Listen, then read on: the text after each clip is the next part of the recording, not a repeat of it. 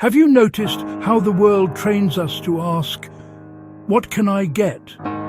More money, more recognition, more success.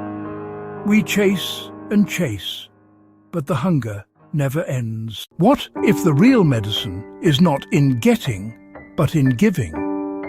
This is not about charity as performance or generosity as obligation. It is about the deep truth that the human heart expands when it gives, that healing flows outward and inward at the same time. Science now confirms what ancient traditions always knew. Acts of generosity lower stress, regulate the nervous system, and create a sense of meaning. The hormones of giving, oxytocin, serotonin, dopamine, are the same chemicals of healing. When you give, you don't just change someone else's life. You rewire your own.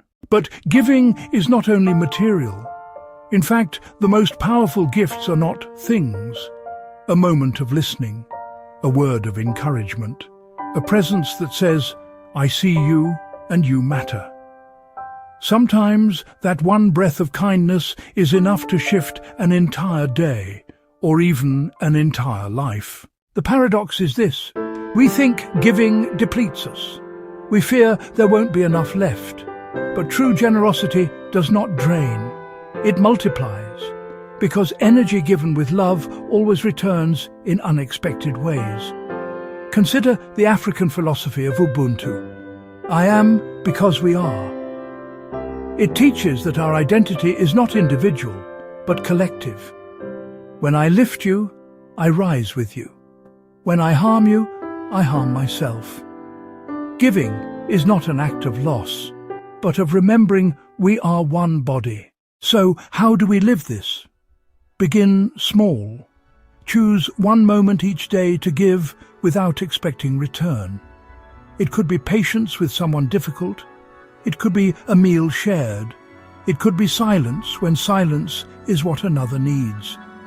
Each act, though small, becomes a thread weaving connection in a frayed world. Generosity heals not because it fixes the world instantly, but because it softens the heart in a culture that grows harder each day. It interrupts the lie of separation. It reminds us that meaning is not in accumulation, but in communion. And when disappointment, fear, or overthinking arise, one of the fastest ways to step out of your own storm is to step into someone else's need.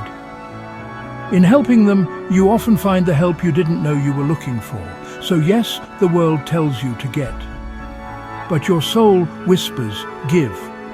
Not because you owe it, not because you're a saint, but because giving is how humans breathe together. It is how healing circulates. It is how life becomes sacred again. Remember, the hand that gives is never empty.